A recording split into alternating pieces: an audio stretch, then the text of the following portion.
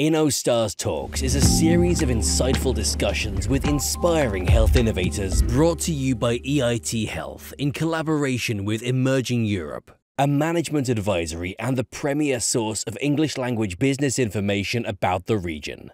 A very warm welcome, everyone, to yet another episode of InnoStars Talks. My name is Andrew Robel, and today I am joined by Jan Begger, who is the head of AI advocacy at GE HealthCare. Jan, welcome to InnoStars Talks. Andrew, thank you very much for having me. So let's delve into the AI phenomenon. But before we do that, I would like you to tell us a little tiny bit about GE HealthCare. So what do you do at GE HealthCare? What is your mission and where are you trying to get?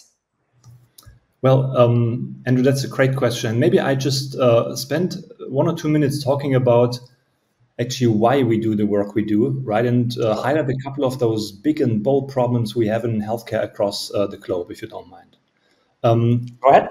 Look, one thing we are trying to tackle over the next couple of years is a problem which we have since quite some time across the globe. This is the explosion of data in healthcare.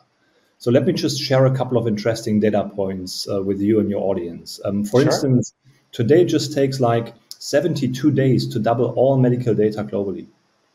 Compared to a couple of years back in 2010, it was 3.5 years, and now it's 72 days. That all medical information is doubled. Actually, 30% of the world's data volume is somehow healthcare related, right? Massive amounts of data. When we dig into the research side of healthcare and medicine, every 26 seconds, a new medical article is published. That means, for instance, if you are a dermatologist, right, your skin doctor, you would need to read 3,900 scientific publications a year to keep up with dermatology literature. And it gets even worse. If you are a general practitioner, you would need to read for 21 hours each and every day to keep up with primary care literature, right? Something that's just impossible. So what I'm saying is there's massive amounts of data in this industry. Health systems, hospitals, healthcare providers have to deal with. And this is something we have to change somehow and tackle it.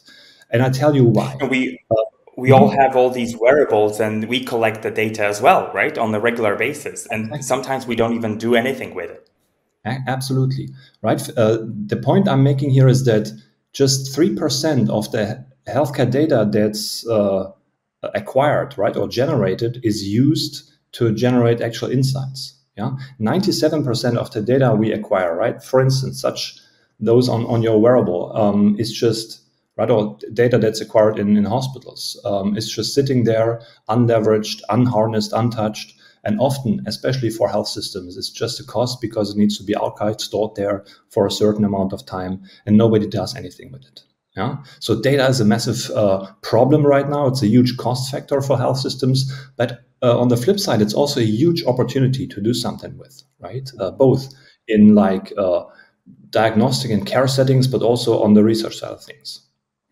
The other thing, I just want to point out 1 or 2 more interesting facts is, and where I believe we can tackle this with technologies such as AI and machine learning. And I didn't forget your initial question, Andrew, is the quality of healthcare, right? When you, for instance, when you compare healthcare with aviation, there's a 1 in a million chance of a person being harmed while traveling by plane, right? 1 in a million. When you see this fact in healthcare, I was just shocked when I've seen this the first time. It's 1 in 300, right? 1 in 300 patients are harmed during their healthcare journey. So that's massive. And actually, this leads to estimated 160,000 deaths in Europe per year. So quite a number. And I think with leveraging data better, we also have a chance to improve quality of care, reduce errors, and those kind of things. And last but not least, before I come to your question, one of the most pressing issues we have in the healthcare industry across the globe really is the shortage of healthcare professionals. Right today, it's expected to be around 7 million around the globe, and this number will go up. The WHO expects this to rise up to 10 million by 2030. Yeah? And when you think about this, and when you think about the fact that, right, we have in many regions and countries aging populations, we have the rise of chronic disease, so this problem just gets bigger, right? So what I'm saying here, on one hand side, we have this opportunity to leverage data better. On the other hand side, we have those massive pressures, right? And I didn't mention all of them. I mean, cost of healthcare, access to care, those are things I didn't even mention yet, right? And this is what we at HealthCare try to tackle. I mean, in a nutshell, we are a leading global medical technology, pharmaceutical diagnostics, and a digital solutions innovator. And we really want to tackle those problems I just mentioned beyond others, to really help hospitals be more efficient, clinicians be more effective, and therapies being more precise, for instance, and hopefully patients being healthier and happier. So I said earlier that we would be delving into the AI phenomenon, and you've given us a broad perspective of some of the challenges that the healthcare system is facing right now. How can we leverage AI to tackle some of these challenges? I give you a great example, and actually, let me see if I have it here at hand. Unfortunately not, but nevertheless, you probably have heard about ultrasound, which is an amazing imaging technology, right? Very flexible, versatile, can be used in all kinds of healthcare settings, right? You even have like handheld wireless systems out there right now available for healthcare professionals. So a great imaging device. We have one issue with this, right? And this is that it is incredibly operator dependent. Meaning you need to be trained, and you have to have certain experience to get to high quality medical images with such a device, right? And what we do, right, to come back to your question, as one real example of a real product with AI that really makes an impact around the globe is we have put AI into that machine, and during the scan, right, the AI tells you on your screen how to move the probe of the ultrasound device on the patient's body to get to high quality diagnostic usable images, right? And what that means actually is when we follow that route, maybe this is, I don't want to be too bold, but eventually, right, directionally, we could democratize ultrasound with this. Yeah? And I think this is a very impactful example of how AI and machine learning can really make an impact in healthcare. Do you think that there is a way of handling the massive amount of data as well? Because some of the time frames that you mentioned, to sort of process some of the data is just impossible. Do you think that is also a way we could leverage AI? Oh yeah, I think so. I mean, it's a good point, Andrew. I mean, one of the challenges we have since many years in healthcare, right, when it comes to patient data, is interoperability. Right, because many bits and pieces of all that data is sitting in dispersed systems, right, across the hospital, in different silos, basically. And we first of all need to bring this together. This is something the industry is working on since many years. Step by step, we are getting there. But what excites me the most in that aspect, right, coming back to AI and machine learning, is the fact that we now have AI technology that opens the door to what I would call multimodal AI. What do I mean by this? So far, all kinds of AI and machine learning technologies you see across the board in healthcare are using, right, those AI models are using single data types, meaning, for instance, X-ray images, ultrasound images, right, lab data, whatever. In the future, we will be able to bring together, right, diverse data types, feed them into one model, and then make much more, let's say, detailed, but also much broader predictions and decisions and so on. Why is that important? Because when you, for instance, think about a physician who makes a diagnosis, for instance, a radiologist, right? They usually read your X-rays, your MRI scans, your CAT scans, but when they write their report, their diagnostic report, they're not just reading the image and then based on this make their decisions. No, they know context about you as a patient, right? They know your latest lab results, maybe your patient history. And what I'm saying is this will be able with AI very soon as well, right? We will be able to feed AI with, for instance, data points across a longitudinal patient record. And then the AI can really help making decisions and has much more context and information to be used during the AI decision-making process. At some point, you mentioned the labor force in the sector as well. The talent. And one of the things that I wanted to circle back to is the report that the Work in Health Foundation, created by EIT Health and the European Investment Fund, launched recently. They were talking about this huge soft skills gap in healthcare. Could you tell me what your point of view on that is in terms of what kind of skills we actually need at the moment in the sector, and how can we tackle that issue? Yeah, I mean, look, I first want to point out what we want to do as a healthcare technology provider is we want to find ways leveraging technology to remove all those repetitive and mundane tasks from healthcare professionals so they can really focus on patient care and hopefully bring back what I would call this human touch that is somehow missing in healthcare today, right? So back to your question, the most important skill and capability healthcare professionals need to have is, right, being just good, being good people who can care, so this is number one. But beside this, of course, right, to run healthcare efficiently, I think there are many different things, right? Leadership skills, people management skills, and so on and so forth.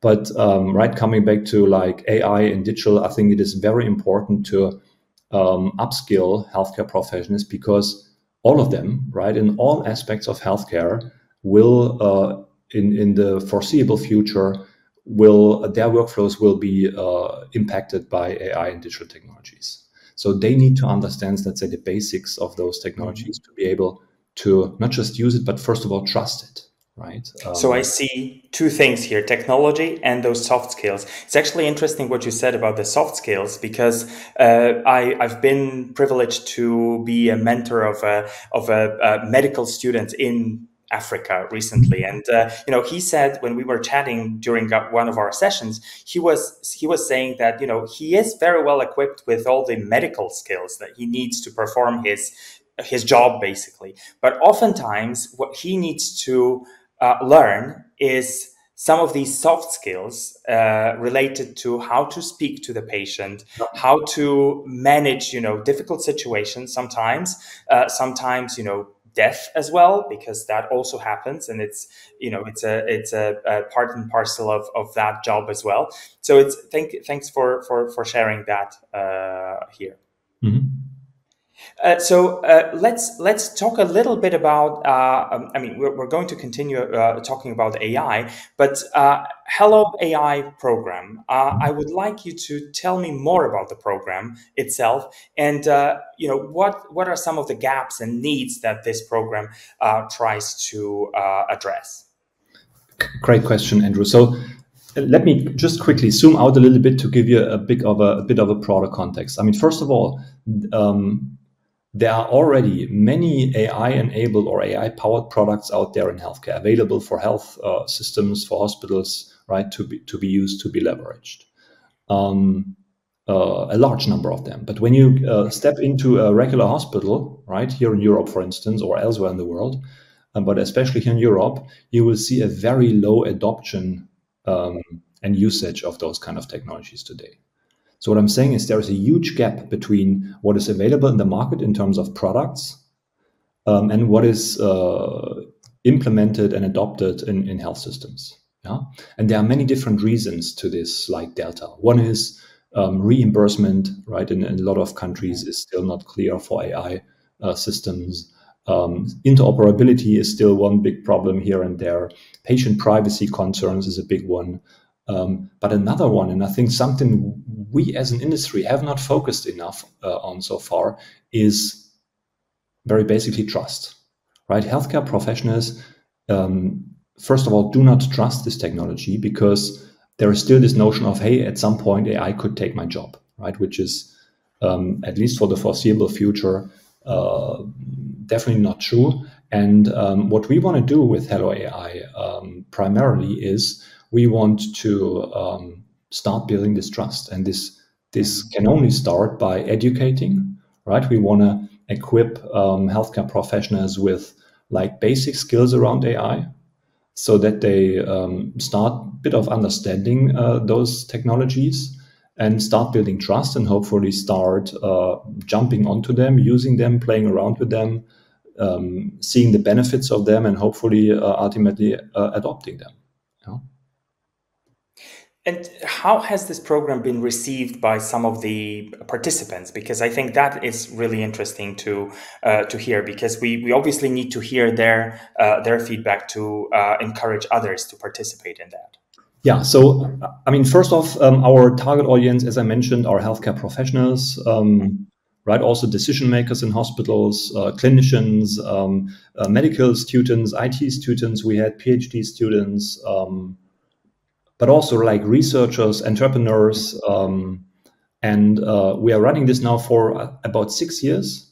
We had close to 3,000 participants, if I'm not mistaken, right, from about 70 different countries. So it's a great community that has been built around this, and really the main purpose, as I mentioned, is equip them with a basic knowledge. We don't want healthcare professionals to become like data scientists, right, or technologists, not at all. But they need to understand things like, what is deep learning? What is this black box everybody's talking about, right? So we want to really shift like from being worried and have fears instead to like, hey, this is interesting. I want to learn more. I want to test this out actually. Yeah, because later on they are passing it on to the patients, and at the end of the day, they are the beneficiaries of any health related or healthcare related issues. Do you remember any success stories, any examples of those participants who made a lot of use of that knowledge that they've acquired during the program?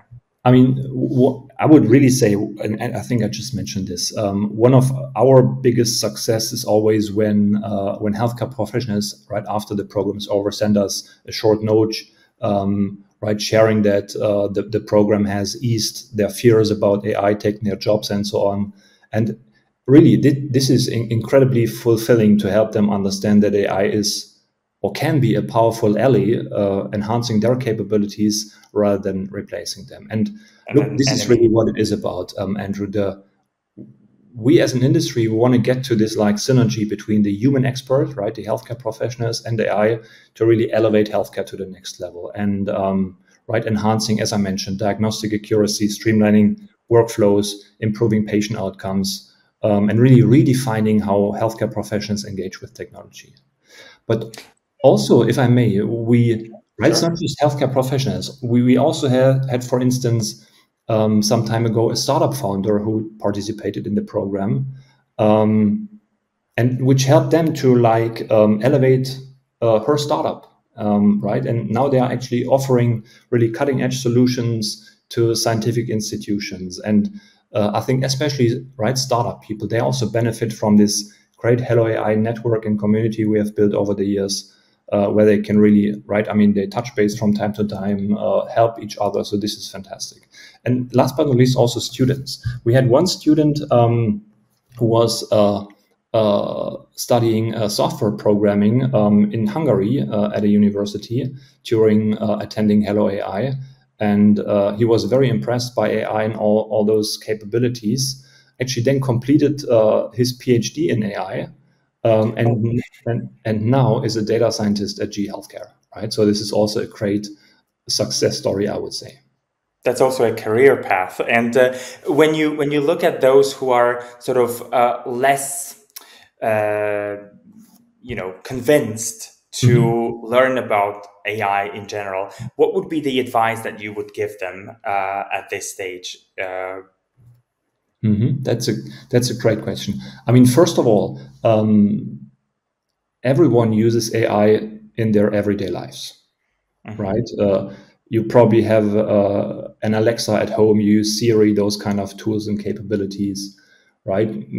I hope the most of you listening to this podcast have played around with ChatGPT. So hopefully you at least know a little bit of how powerful those tools are, how helpful they can be, right? And this is the same. Those tools can be very helpful in your day-to-day workflows or processes at your workplace, right, in the hospital.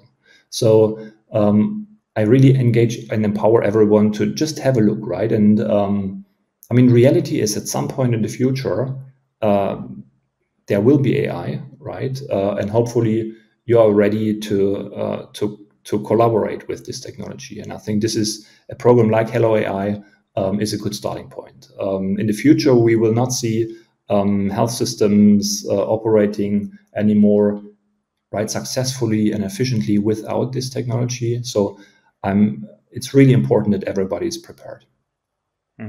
And I have a question regarding the patients.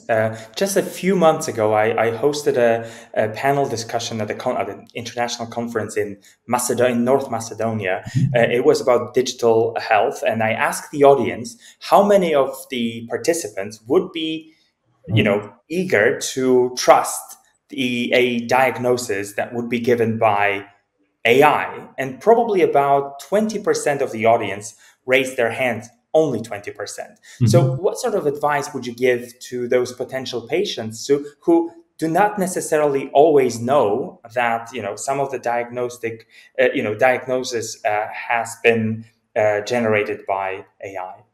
So I give you a thought here, right? Just, I think 2 months back. So first of all, AI is an incredible fast-paced environment right now, right? There is news pretty much every day, right? Some fantastic performance improvements, new models, new capabilities. About 2 months ago, Google released a model called MedGemini, right? Which is something that has been built and trained for answering medical questions. And this model was able in a benchmark to achieve 91.1% accuracy, right? And now ask yourself, would you trust a doctor when they would be correct 91.9%? Probably not. But then they did a benchmark against human experts. Yeah? So the experienced medical doctor, on average, ends up with 87% accuracy, and someone who's just fresh out of medical school is around 60%. Right? So I leave you with this. Thank you so much for this, because this gives us a completely new perspective to that trust that we have been talking about. Just one more thing to add, right? I mean, not everything is perfect.